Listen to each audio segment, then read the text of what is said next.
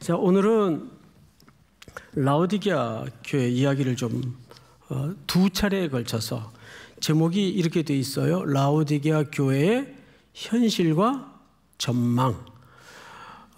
내용이 너무 많아요. 그래서 이걸 두 차례 나눠서 좀 해야 되겠다 생각을 하고, 오늘은 라오디게아 교회가 처해 있는 현실 문제를 좀 직접적으로 들여다보도록 하겠습니다. 우선 이 라오디게아 교회가 위치한 라오디게아 도시는 어떤 도시일까? 세 도시가 이렇게 삼각형으로 지도를 보면 그려져 있어요. 제일 위에가 히에라볼리, 그 다음에 살짝 옆으로 서쪽으로 위치해 있는 위치가 라오디게아, 그리고 남동쪽으로 골로새, 이렇게 삼각형으로 구성이 되어 있어요. 그런데 이 라오디게아 지역은 첫 번째 특징이 금융업이 굉장히 발달을 했습니다. 그러다 보니까 모든 지역 도시국가의 재정이 이 도시로 다 몰려와요. 그러다 보니까 풍부해요. 항상 재정적으로도 여유가 있고 도시 자체가 넉넉합니다. 이게 도시 분위기예요. 게다가 이 지역에는 그 흑양, 그 목축업을 통해서 품종 개발에 성공을 합니다. 그래서 흑양을 껍질을 벗겨서 그걸 옷을 만들죠. 그래서 패션에도 상당한 선두주자였습니다. 그래서 모든 사람들이 비싼 옷을 사려면 이 도시 제품을 사곤, 또 무역이 그것으로 인해 가공업이 발달을 하고 넉넉했습니다. 게다가 이 도시는 또 하나의 특징이 의술이 많이 발전을 했어요. 특별히 의술 중에서도 이 안질 치료에 탁월한 이력을 갖고 있는 도시입니다. 이제 그 이유는 나중에 좀 소개를 할 텐데, 그런데 모든 게 완벽한 도시는 없죠. 이 도시의 치명적인 약점이 뭐냐면 물이 부족하고, 있어봐야 물이 나빴어요. 수질이 아주 안 좋아요. 그래서 이 도시가 갖고 있는 재정으로 어떤 역사를 만들어내냐 하면, 살짝 북쪽 한 10km 지점쯤 위치해 있는 히에라볼리에서 수로를 파요. 그래서 나직한 경사를 만들어서, 그 히에라볼리는 뭘로 유명하냐면 뜨거운 펄펄 끓는 온천수가 지금도 가면 그 흔적들이 남아있을 정도로 솟아납니다. 그래서 그 온천수를 수로에 실려서 이 라오디게아 교회까지, 라오디게아 도시까지 날라요.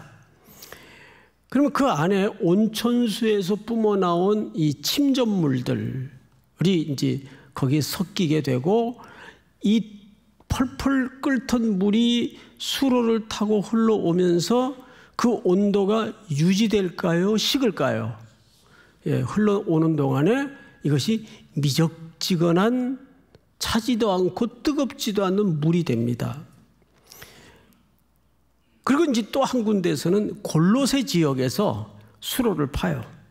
그래서 그 수로로 물을 끌어들이는데, 이 골로새 지역에는 어마어마한 높은 산들이 있어서 아주 찬 물들이 거기에서 생산이 됩니다.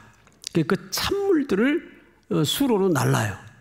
그런데 이 냉기가 흘러오는 동안에 온도가 그대로 유지될 수가 없기 때문에 역시 도착할 즈음 미적지근한 물로 바뀝니다. 그래도 이 물들을 가공해서 먹고 또 공업용수로 사용도 하고, 이게 물 부족의 문제를 해결합니다. 그러다 보니까 이 라오디게아 지역에는 이 안질 환자들이 어마어마하게 많이 발생을 합니다.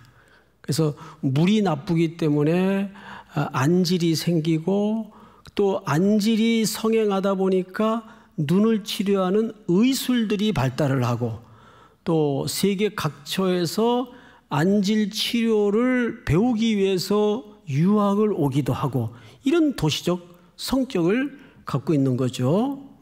자, 이것이 이 도시의 대체적인 배경이었다면 두 번째 배경은 이 도시는 언제 복음이 들어갔는가? 우리 골로새서 4장을 좀 한번 볼까요? 4장을 띄워주시면 그리스도 예수의 종인 너희에게서 온 에바브라가, 이 에바브라는 바울에게서 복음을 들은 바울의 신실한 동역자이고 제자죠. 에바브라 편에 편지를 보내요. 에바브라가 너희에게 문안하느니라. 그가 항상 너희를 위하여 애써 기도하여 너희로 하나님의 모든 뜻 가운데에서 완전하고 확신 있게 서기를 구하나니 13절 그가 너희와, 그러니까 너희는 골로새 성도들을 얘기하는 거예요. 이 골로새 지역은 사도 바울이 직접 가본 적이 없어요. 이 성도들이 얼굴을 대면하여 본 적도 없어요. 그런데 골로새 그리고 라오디게아 이 모두 바울에게서 복음을 들었던 에바브라가 가서 복음을 전하고 교회를 개척하게 됩니다. 그래서 여기 보시면 그가 너희와 라오디게아에 있는 자들과 히에라볼리에 있는 자들을 위하여 많이 수고하는 것을 내가 증언하노라. 그러니까 세 도시가 여기 같이 나오는 거예요.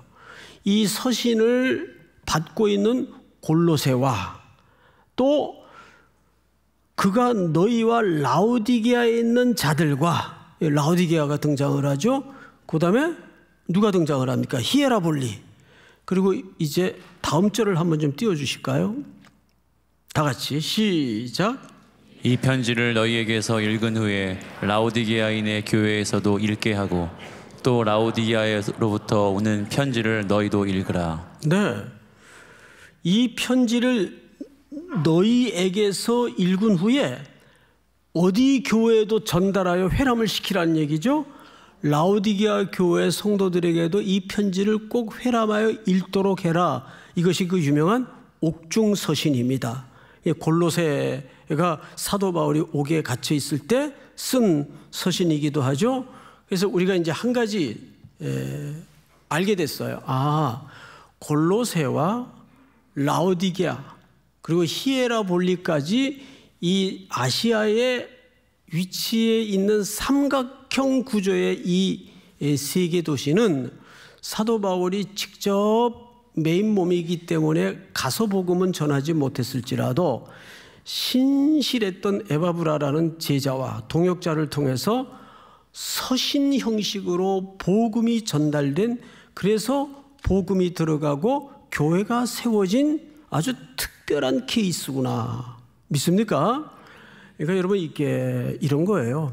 문서 선교도 그런 차원에서 굉장히 필요하고 굉장히 중요합니다. 자, 그러면 이제 이 교회의 본격적인 내용으로 한번 들어가 보십시다. 14절. 라오디게아 교회의 사자에게 편지하라. 그리고 예수님이 자기를 세 가지로 설명을 합니다. 첫째, 아멘이시오. 두 번째, 충성되고 참된 증인이시오. 세 번째, 창조의 근본이시니가 이르시되. 자, 앞을 잠깐 보실까요? 제가 앞서 6교회를 순례하면서 이런 설명을 드렸어요. 각 교회마다 예수님이 자기를 묘사하는 그림 이미지가 전부 일체 똑같다 아니면 다 다르다. 다 달랐죠. 여기도 지금 다른 모습으로 자신을 설명합니다. 달랐던 이유는 그 교회마다 갖고 있는 맥락이 다를 수밖에 없기 때문입니다. 그렇다면 다시 언급하지만 교회마다 자기를 설명하시는 이 이미지가 그 교회가 처해 있는 상황과 어떤 깊은 연관성이 있다는 얘기입니다. 그래서 이 세 가지 칭호부터 먼저 설명을 좀 듣도록 하겠습니다. 첫째, 아멘이시라 그래서 아멘, 아멘. 우리 그 문장 끝에 또 기도 끝에 아멘 하죠. 근데 여러분 그 아멘이 무슨 뜻인 것 같습니까? 무슨 국악에서 나오는 추임새 그런 거예요? 또 강사 흥 돋궈주기 위해서 아멘 하는 거예요? 예. 우리 삼일교회가 여러분 강사들의 무덤인 거 아세요? 설교 마치고 목양실에 올라오셔서 막 진땀을 빼세요. 왜 이렇게 아멘들을 안 하시냐고. 아멘 잘 하시는데. 근데 아멘을 함부로 해서도 안 되지만 또 아멘을 너무 안 해도 그 문제예요. 그 제가 이제 신대원 그 설교를 자주 하러 가는데 신기하게도 기수마다 아멘 전담자가 꼭 한 분이 계세요. 그 전도사님은 제가 누군지도 모르죠. 근데 우리 교수님들도 그러시더라고요. 이 기수마다 그런 사람이 꼭 한 명씩 등장한다고. 근데 그 아멘 소리가 거의 깊은 바리톤과 동굴에서 나오는 기초를 가지고 전 그 강당이 다 쩌렁쩌렁 울릴 정도로 그것도 맨 앞자리에 앉으셔가지고 아멘 그럼 뭐 글쎄 뭐 저는 그렇게 나쁘지 않더라고요. 이렇게 하여간 참 특이한 분이다 이렇게 생각이 되는데 아멘은 뭘까요? 우리 왜 예수님이 자기를 아멘이라고 설명을 하셨는가? 이사야 65장을 좀 띄워주세요. 이러므로 땅에서 자기를 위하여 복을 구하는 자는 이 노랑 표시로 돼 있죠. 진리의 하나님을 향하여 복을 구할 것이요 땅에서 맹세하는 자는 또 무슨 하나님이죠? 진리의 하나님으로 맹세하리니 여기 진리라는 말이 사실상 원뜻이 아멘이신 하나님이라는 뜻입니다. 근데 이 진리라는 말로도 번역이 될 수 있는데 아멘이신 하나님은 정확하게 2번 소개가 돼요. 근데 이 표현은 하나님에게만 수식할 수 있는 표현입니다. 이것이 구약적 배경이에요. 그런데 오늘 계시록을 읽다 보니까 특별히 라오디게아 교회 성도들에게 예수님이 자기를 누구로 소개하고 있어요? 아멘이신 예수님으로 소개하고 있어요. 그러면 이것이 3단 논법에 의해서 예수님은 곧 누구시란 뜻입니까? 그렇죠. 당시 영지주의자들이라는 이단이 일어나서 가장 격렬하게 받아들일 수 없고 부정했던 부분이 뭐냐 하면 어떻게 하나님이 육신의 몸을 입고 오실 수 있느냐 이거를 수용을 못했습니다. 그래서 예수님은 육신의 몸을 입었기 때문에 참 하나님일 수가 없다 해서 격렬하게 반대에 부딪혔던 신학이 맹렬하게 그 시대를 덮었던 때가 있습니다. 근데 예수님은 여기서 자기를 하나님에게만 사용할 수 있는 표현인 아멘으로 자기를 소개하는 동시에 내가 곧 누구란 뜻이에요? 하나님이란 뜻이에요. 자, 그런데 동시에 이 아멘이라는 의미 속에는 이런 의미가 담아져 있습니다. 참되시고 진리가 되신다. 그분은 참되시고 진리이시다. 우리 고린도전서 14장을 한번 읽어보십시다. 말이 좀 어렵게 되어 있지만 읽어보십시다. 그렇지 아니하면 네가 영으로 축복할 때에 알지 못하는 처지에 있는 자가 네가 무슨 말을 하는지 알지 못하고 또 네 감사에 어찌 뭐하리요? 그러니까 아멘 할 수 있는 것은 어떤 경우에만 아멘 할 수 있냐 하면 그 말씀을 깨닫게 되고 그 말씀이 진리성을 가지며 그 말씀이 참되다는 것을 고백할 수 있을 때 예 맞습니다. 그 말씀이 그대로 이루어질 줄을 내가 믿습니다. 내가 압니다. 그 말의 참됨과 진실성을 동의하고 고백할 때 뭐라고 한다고요? 아멘이라고 한다고요. 그러니까 여러분들이 기도를 하다가 말씀을 듣다가 특별히 성경을 읽다가 그 말씀이 확 열어지고 그 말씀에 대한 신실성과 참됨을 동의하고 고백할 때 나도 모르게 뭐가 툭 튀어나와야 돼요. 아멘입니다. 아멘입니다. 믿습니까? 여러분, 이런 아멘은 그래서 우리에게 아주 중요한 고백이 되는 겁니다. 근데 누가 아멘이세요? 예수 그리스도가 참되시고 그분에게 전해지는 말씀은 진실하시고 진리이시고 그거를 두 번째 묘사에서 강화시킵니다. 두 번째 묘사를 한번 볼까요? 이렇게 돼 있어요. 충성되고 그 다음에 참되다. 이 피스토스, 충성되다라는 말은 믿을만하다, 신뢰성이 있다. 그 다음에 참되다, 알리티노스라는 말은 그분이 하시는 말씀은 진리이고 그 말씀을 하시는 분은 신실하시다. 즉 그 말은 거짓말 안 한다 그런 개념을 넘어서서 그 하신 말씀을 반드시 성취하시고 이루실 수 있는 능력과 의지가 있는 분이다. 그걸 내가 안다. 그 얘기를 하는 거예요. 그러니까 첫 번째 아멘은 예수님 자체에 대한 설명이라면 두 번째 설명은 참된 증인이 되고 충성된 증인이 된다는 말은 그 하신 말씀을 당연히 성취하시고 당연히 이루실 수 있는 충성과 신실성을 갖고 있다. 뭐에 대해서? 자신이 하신 말씀에 대해서.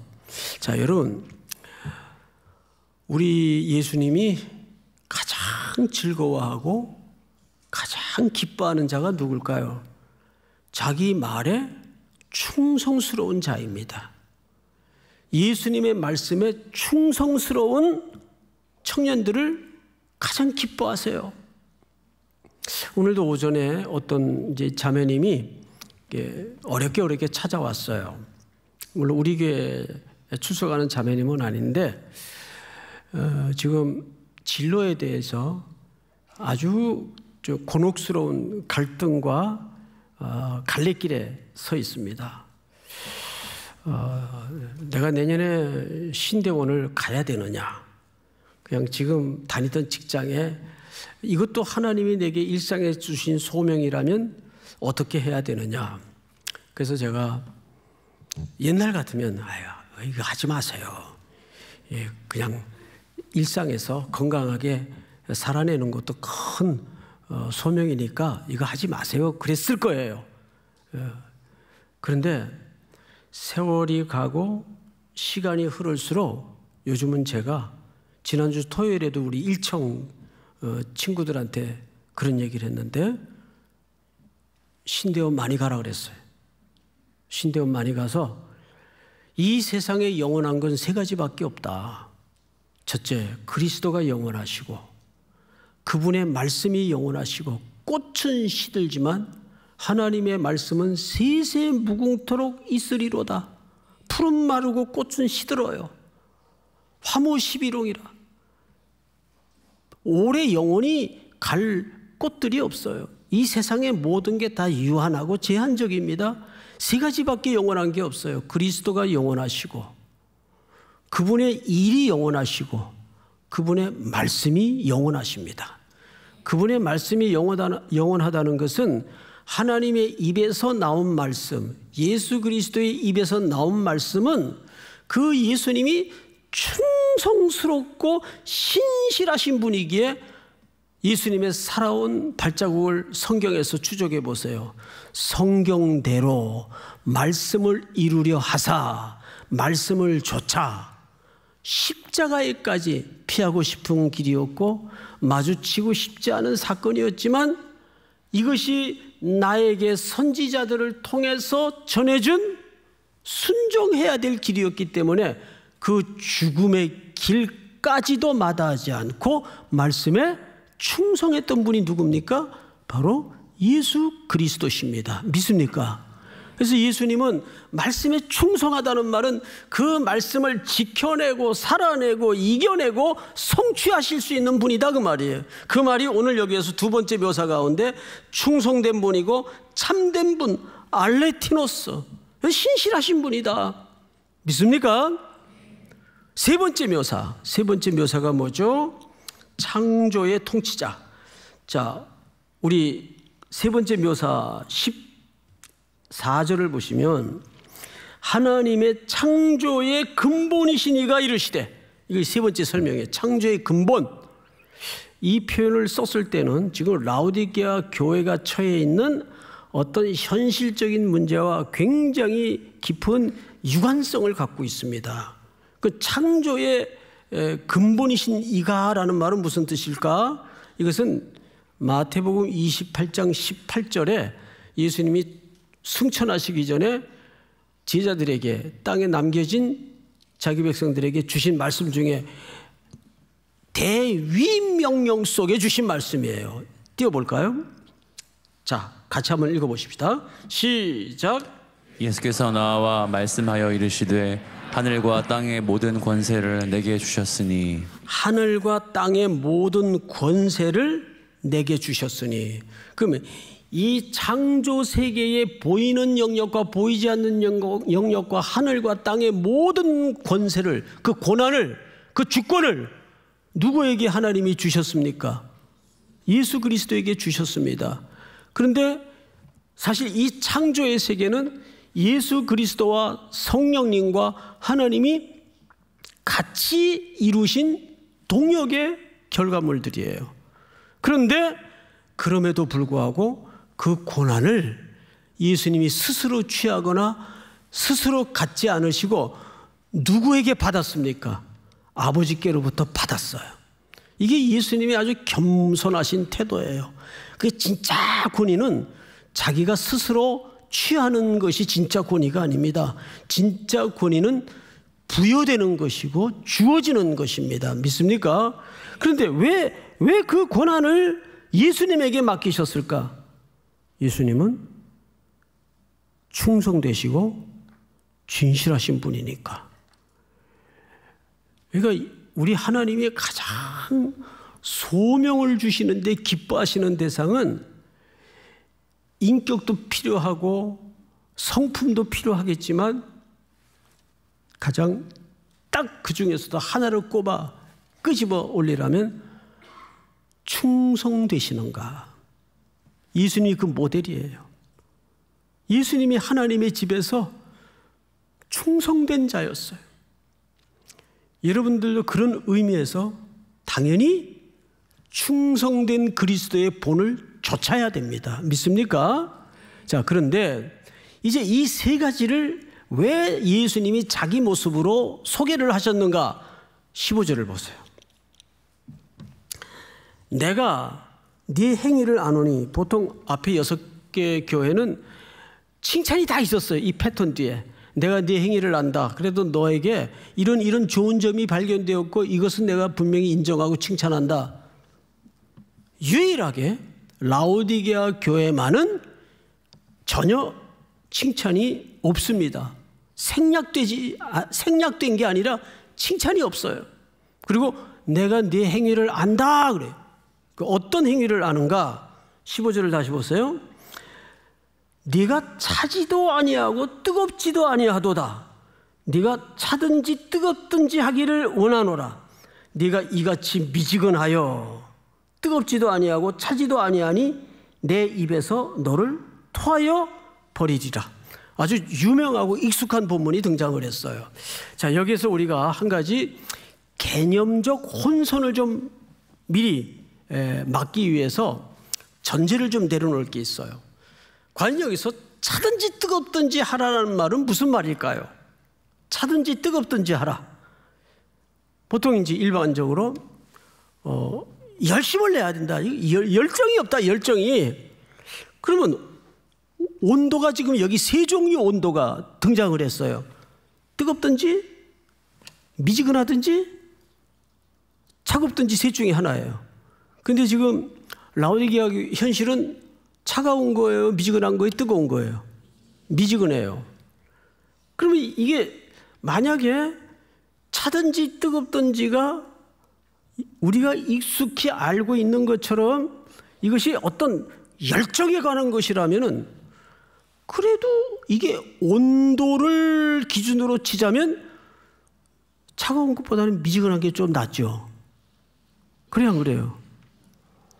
그러니까 차든지 뜨겁든지라는 말을 하나의 열심 또는 열정으로만 단선적으로 해석을 해버리면 논리적 모순이 발생해요, 이 본문 안에서. 그래서 고대 시대 사람들의 사회적 통념에서 이 본문이 갖는 의도를 찾아야 됩니다. 여러분, 이 차든지 뜨겁든지라는 말은 차다 뜨겁다의 반대 개념으로서 등장한 게 아니고 이거는 뭉뚱그려서 미지근함의 반대 개념으로 등장을 한 겁니다. 표정이 그럴 줄 알았어요. 다시 한 번만 더 할게요. 차다 뜨겁다가 서로 반대 개념으로 마주 서 있는 게 아니고 차든지 뜨겁든지라는 말은 하나의 수사어로서 뭐의 반대 개념으로 소개가 됐다고요? 미지근하다. 오케이. 그러면 그 고대 시대의 이 미지근하다는 개념은 어떤 통상예로 용례로 사용되었는가? 여러분, 찬 물과 뜨거운 물은 고대 사람들 인식 속에는 맛있는 물로 인식을 했어요. 여러분, 막 이 목이 가란데 이렇게 설교 한번 마치고 나면 들어가서 제일 먼저 이 찬물을 벌컥벌컥 마셔요. 그래서 저는 겨울에도 얼어 죽어도 아이스 아메리카노, 얼음 담긴 아메리카노를 내내 먹습니다. 그거 암에 그 위험한데 먹지 말라 그래도 사람이 자기 먹고 싶은 걸 먹고 사는 게 이게 또 얼마나 쏠쏠한 행복인지 몰라요. 그런 거 하여간 뭐 참견하지 마세요. 내가 뭐 뜨거운 걸 먹든.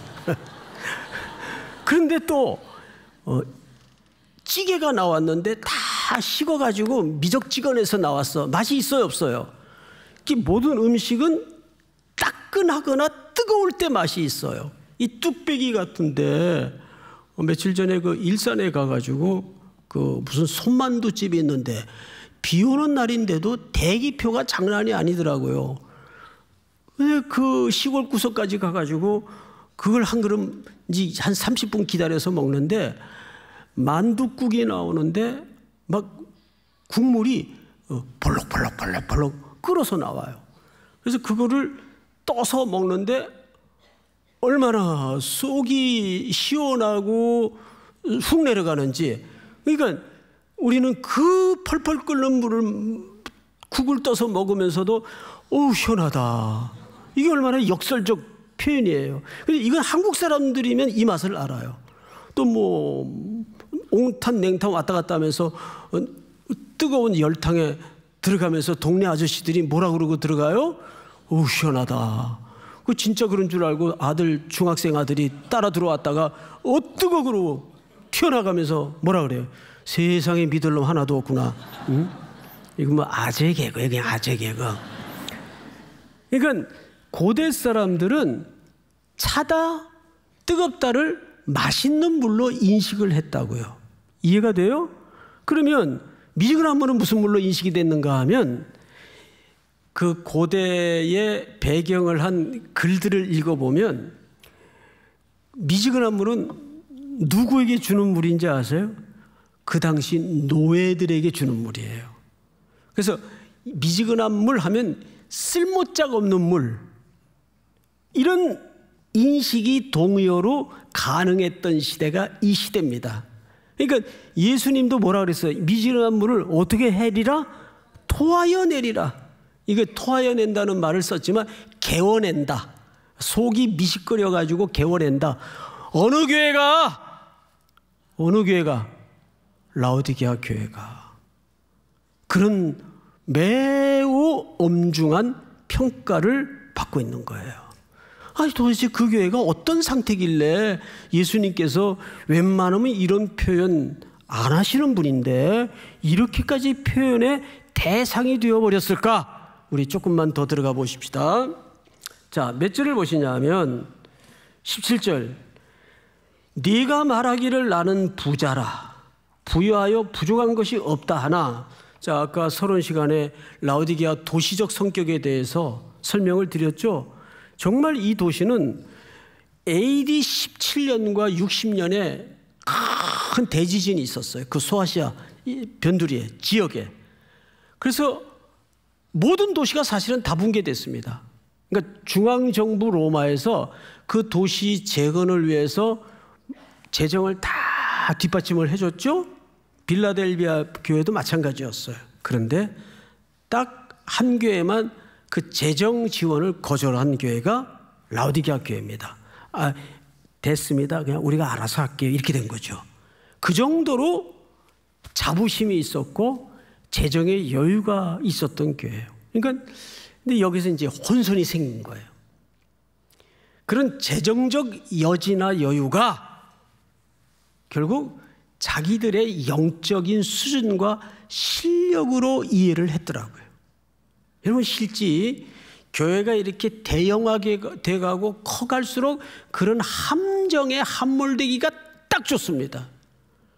숫자 많고 예산 많고 규모 큰 교회는 실력 있는 교회고 뭐든지 할 수 있는 교회고 제일 무서운 생각이에요.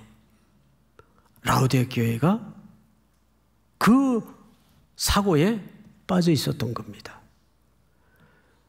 나는 부족한 것이 없다, 부자라 하나. 본인들은 그렇게 생각하고 있었어요. 그런데 예수님의 엄정한 평가와 시선은 달랐어요. 이렇게 되어 있습니다. 17절, 네가 말하기를 나는 부자라 부유하여 부족한 것이 없다 하나 네 공고한 것과 가련한 것과 가난한 것과 눈먼 것과 벌거벗은 것을 알지 못하는도다. 5가지로 묘사했죠. 첫째 뭐예요? 공고한 것, 가련한 것, 가난한 것, 눈먼 것, 벌거벗은 것. 여기 눈멀었다라는 말은 그 도시에 워낙 눈병을 앓는 환자들이 사방에서도 몰려오고 또 실제 환자들이 많았기 때문에 그걸 염두에 둔 표현이겠지만 이게 뭔지는 도시 사람들이 다 알죠. 앞을 보지 못한다는 것이 얼마나 칠흑 같은 삶인가를 알죠. 그런데 우리가 여기서 한 가지 결론 겸 정리를 좀 하나 해보십시다. 여기서 말하고 싶은 진짜 의도는 이거예요. 아무리 높은 자리에 있고 아무리 세상적인 실력을 갖고 있고 뭐든지 할 수 있는 사람일지라도 그런 사람들은 스스로 나는 다 할 수 있고 나는 부자이다 라고 자부심을 가지고 살 수밖에 없겠죠. 또 세상 사람들이 사실 그런 기준에서 많이들 대체적으로 살아가니까. 근데 여러분, 영적인 공동체인 교회와 그 공동체를 이루는 구성원인 성도들 한 사람 한 사람마저도 그런 세상의 기준과 세상의 평가와 세상의 실력으로 자기 영적인 실력을 동의어로 이해를 한다면 대단히 가련한 것이고 공고한 자입니다. 벌거벗은 자입니다. 뭘 보지 못하고 있는 자입니다. 여기서 말하고 싶은 것은 진짜 부요를 설명하고 싶은 거예요. 진짜 부요가 뭐냐? 여러분, 피조물인 인간이 하나님 앞에서 참된 부요는 어떤 태도일까요? 주님으로 전부를 삼는 태도입니다. 그래서 창조의 근본이신 이가라는 말은 이 세상의 모든 피조 세계와 하늘과 땅의 영역의 주권자이시고 창조자이시고 주인이신 그 예수 그리스도가 그 뜻이에요. 그런데 이 세상에 한갓 또는 일시적으로 있다가 사라져버릴 안개와 같은 것들을 붙들고 항상 만나면 규모 자랑하고 숫자 헤아려서 크게 자랑하고 위세 드러내는 식의 삶의 방식. 우리 그리스도인들은 그런 걸 쫓아서 살 필요가 없어요. 그 싸움에 휘말릴 이유도 없고, 우리는 아예 게임의 룰이 달라요. 믿습니까, 여러분? 우린 게임의 룰이 달라요. 우린 그걸로 싸우는 삶이 아니에요. 영원한 것, 쇠하지 않는 것, 마르지 않는 것. 그런데 이 땅에 만지고 있던 것들은 내 죽음과 내 시간의 소멸과 함께 다 똑같이 사라져 버릴 것들입니다. 영원한 것이 뭐라고요? 세 가지. 첫째, 하나님의 말씀이 영원하고 그분의 일이 영원하고 그리스도의 일이 영원하다 그랬어요. 저는 여러분들이 얼마를 버느냐? 거기에 큰 관심이 없어요. 여러분들에게 주어진 소명과 삶의 자리와 일상을 통해서 그 영원한 세계에 집중할 수 있는, 그래서 다시 오실 주님의 시간을 항상 내 인생의 기준으로 삼고 나는 오늘도 어떻게 걸어가야 될 것인가.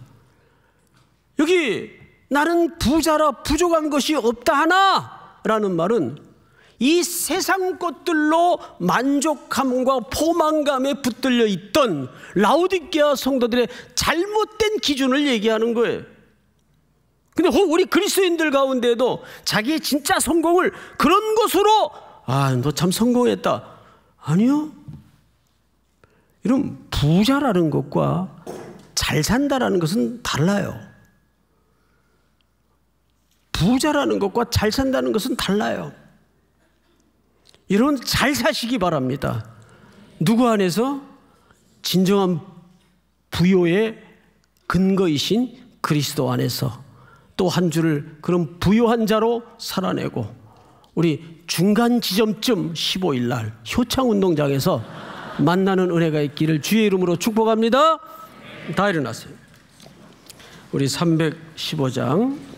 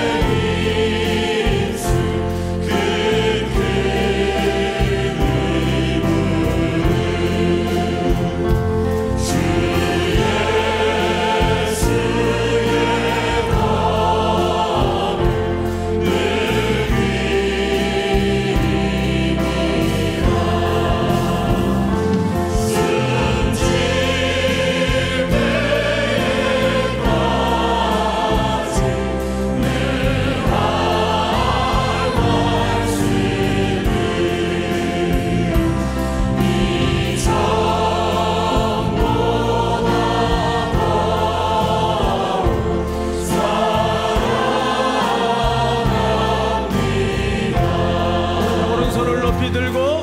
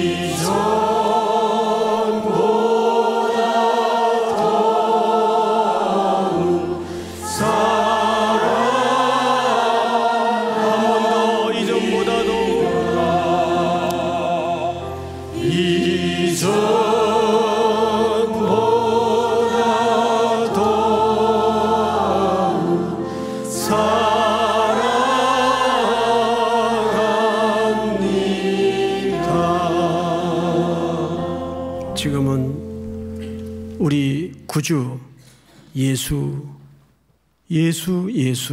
그리스도의 은혜와 하나님 아버지의 사랑과 성령님의 교통하심이 머리 숙여 경배를 드리는 사랑하고 사랑하는 귀한 3일의 성도들, 해외, 군에 멀리 출타 있는 가족들, 복중의 생명까지 영원토록 함께 있을지어다. 아멘.